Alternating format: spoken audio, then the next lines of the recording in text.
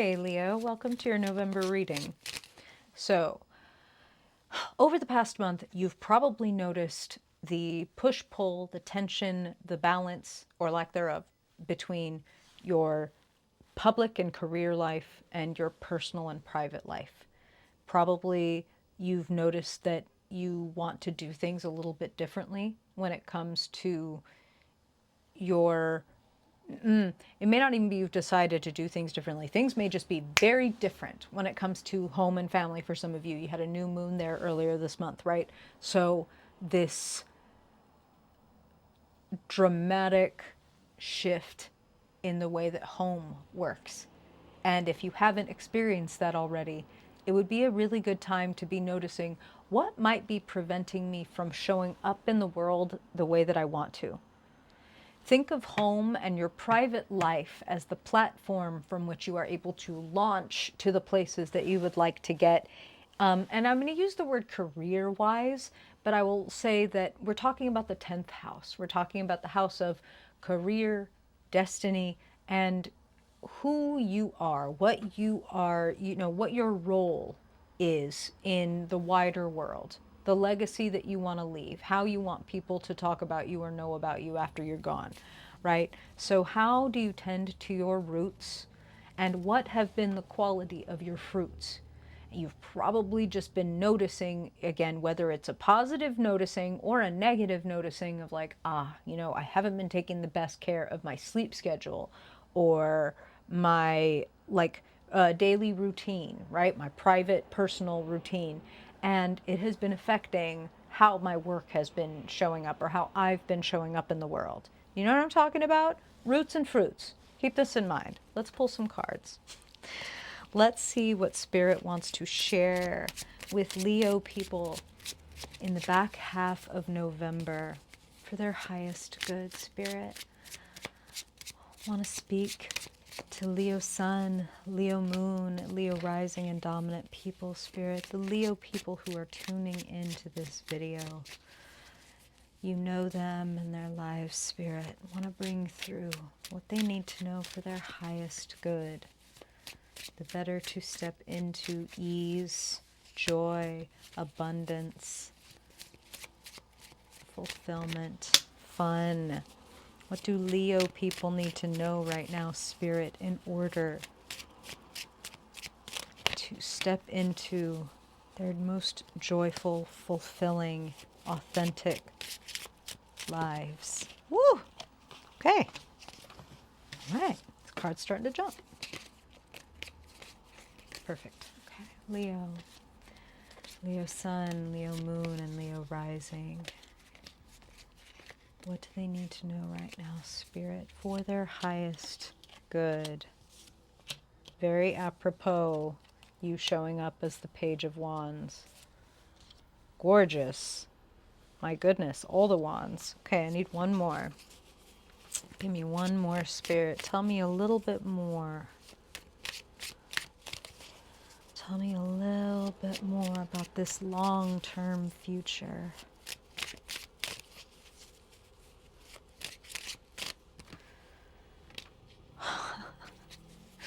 Any of my people who read tarot out there, you ever ask, like, okay, can you give me some clarification on this? And then pull the moon, and it's like Spirit going, no.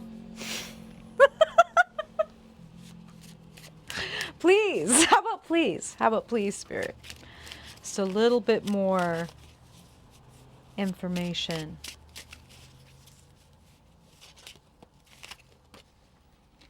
Yeah. Okay. Okay. This makes all the sense. Okay, so first of all, you coming through as the Page of Wands, beautiful. Wands are fire. You are in your element. A page, what is the difference between a page and a king? A page knows that they don't know everything. So a page is very open to learning. A page is very curious.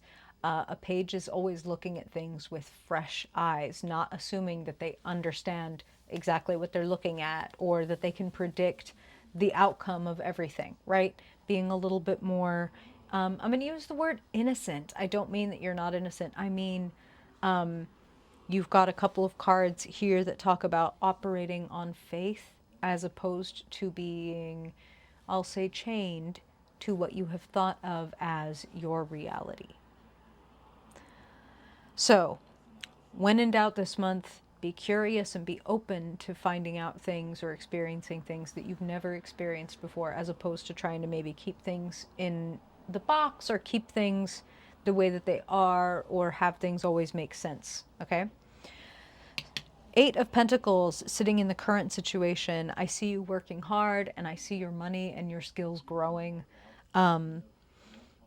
Interestingly, the Eight of Pentacles is followed by the Star, which numerologically adds up again to an 8. And she has 8 stars floating above her head. So here you're building 8 stars, guided by the 8 stars over your head. You are working your mission.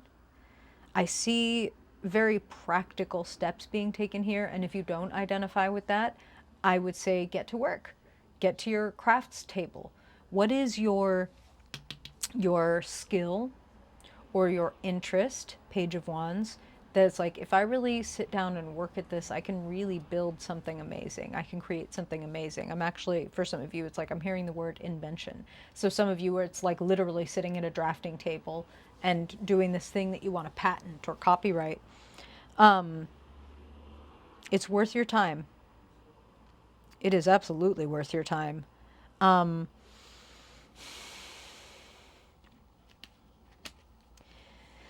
There's a wound around being different that I see here, Leo. And I want to say that being different is one of your great gifts. And that I understand that people looking at you funny or sticking out compared to your other contemporaries can be a little bit painful. But Spirit is like, it comes with the job description of being a Leo. You're not on Earth to fit in. You're not also on Earth to fit kind of like a mold. I'll just make a quick comparison to say like a Taurus who is here to create a sense of stability and to like move slowly and to follow rules and to take steps one by one toward what they want to do. You're here to make it up as you go along. You are here to follow your joy, to follow your creativity, to do literally what feels good. You know, you're ruled by the sun. And, you know, you think about a sunflower and how, or any flower, and how they just naturally turn toward the sun because they just crave that warmth and that light. So what do you naturally turn toward because you just crave the feeling that it gives you? Do more of that. Lean in. If you build it, they will come. That's something else that I'm hearing. And most importantly, looking at the star and the situation arising, I see you sharing more of your gifts with the world, and it's without any expectation of things being returned to you. This is very specific, but this is what I'm hearing. So for whichever one of you or a few of you are working on an invention or an idea that is like, this is a contribution to the world that I want to make. This will improve the world. This will make it a better place. And it's not necessarily something that will win me all of this glory. For some of you, it might. Like, there may be glory, there may be money, there may be etc. But for some of you, it's a more low-key contribution.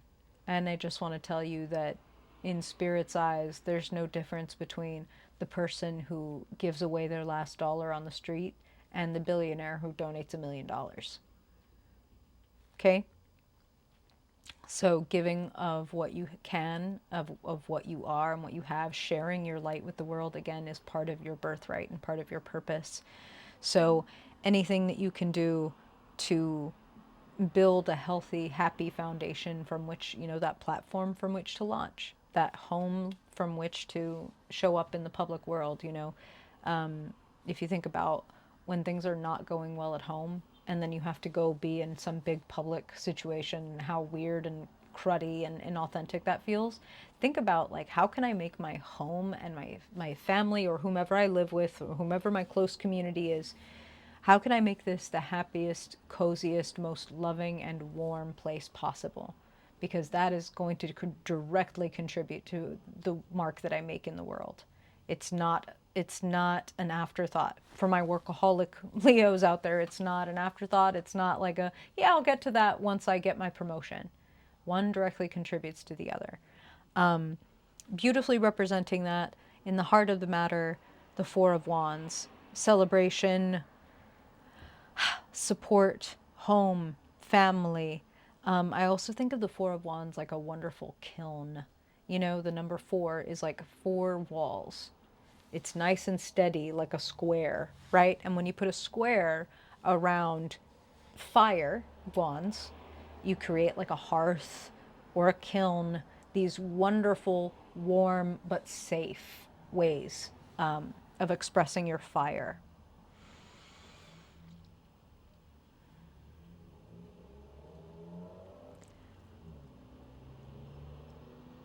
I see you receiving support from some of the closest people to you. And again, I want to say that not everybody will understand, and I don't want that to keep you tied to things that don't feel like you anymore. Situation arising, Three of Wands, going on an adventure. We have Page of Wands, Four of Wands, Three of Wands. You are further along on a certain path than you know, and to a certain degree, all that's left to do is keep doing your work and wait. That's the Three of Wands is like your ships are coming in. So keep at it. Eight of Pentacles. Keep showing up and doing the thing that you were trying to do because your ships are coming in. And there will be temptation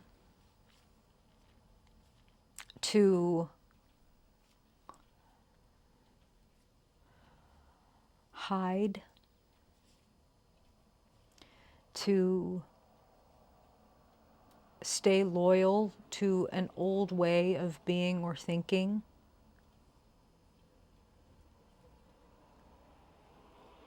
I want to say don't. The Devil, sitting in your long-term future, clarified by the Moon. There's a fear. There's a hesitation. There's a clinging to, you know, sometimes we don't want to look stupid, plain and simple. We don't want to be seen going for something really cool or being out on a limb because we're doing life in a different way than everybody else. But you are here to do life in a different way than anybody else. Ultimately, the Devil, clarified by the Moon, clarified by the Hermit. When the light does not seem to be guiding you somewhere, you have to look for the light inside. That's the only reason you can't find it outside, is because it's time to focus on the light inside. The Moon reminds us that we have things operating in our unconscious. Hello, the Devil. Old fears and old beliefs that keep us tied to smaller ways of being. More insecure, more fearful, more possibly like jealous or grasping or, miserly. If you find yourself acting in a way that you don't like a way that feels shadowy,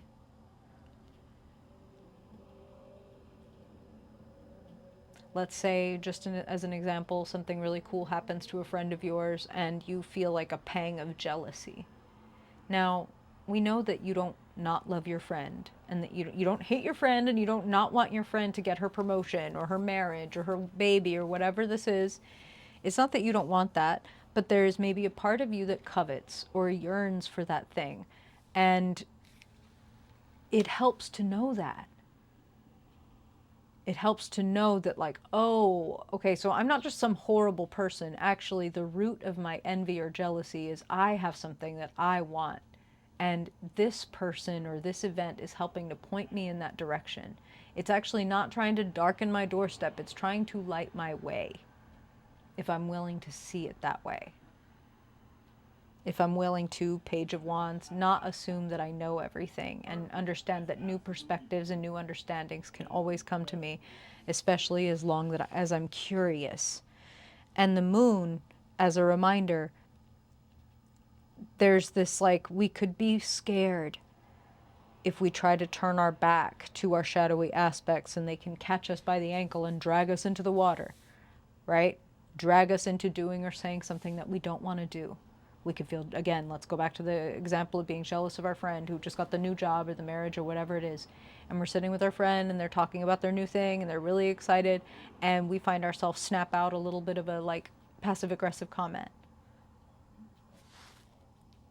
Oh, shit. That's my shadow jumping out. That's my shadow jumping out. I need to be aware of what that is. That is pointing me towards something. That is showing me that if I don't turn around and deal with this feeling, I'm going to hurt someone. Like, including myself. I'm going to like accidentally say or do something that I don't exactly feel aligned with, and then I may not be able to make it right. I don't know. You know what I mean? But I will know that if I keep an eye on what I'm afraid of, or what I'm jealous of, or etc., devil things, moon, what is the devil? But that which we push into our unconscious because we don't want to feel it. I don't want to feel desire. I don't want to feel greed. I don't want to be the person who feels greedy for something. So I'll just like, no, I'm fine. I don't need anything actually. But on the inside, my resentment is growing. You know, that's the kind of thing that'll grab your ankle and drag you under. So might be a great time to, like in that same scenario, have your friend going on and on about their new job and how great it is in their corner office and the company car and this and that, and go like, I am so happy for you, but I just gotta listen, moment of truth, I'm so jealous right now. Oh, I'm so jealous of you. So, oh, it hurts a little bit. You think that maybe we could talk about something else for a little bit? And listen, it doesn't feel fun and it can feel a little awkward, but it's true and it's authentic and it's Page of Wands, innocent and open and also like the star, no armor. And Four of Wands, that vulnerability leads to actual intimacy and actual support. And your friend might go, oh my God, I'm so sorry. I wasn't even thinking about the fact that like you've been looking for a job for months now, or you've been single and in a drought for months now, or whatever it is. Oh, I love you so much. Let's go do blah, blah, blah, blah, blah. You know what I mean? And then suddenly this feeling of distance or schism can actually become like, wow, we're closer than ever and we're more intimate than we were before we had the conflict. You know what I'm saying? Okay, I'm going to stop talking. You let me know what you think, Leo. If you feel like it, the ways to do that are just south of this video. Let me know. Stories, questions, comments, etc. Thank you for being here, Leo. I really appreciate your time and I hope that this reading serves you well. Till next time. Bye-bye.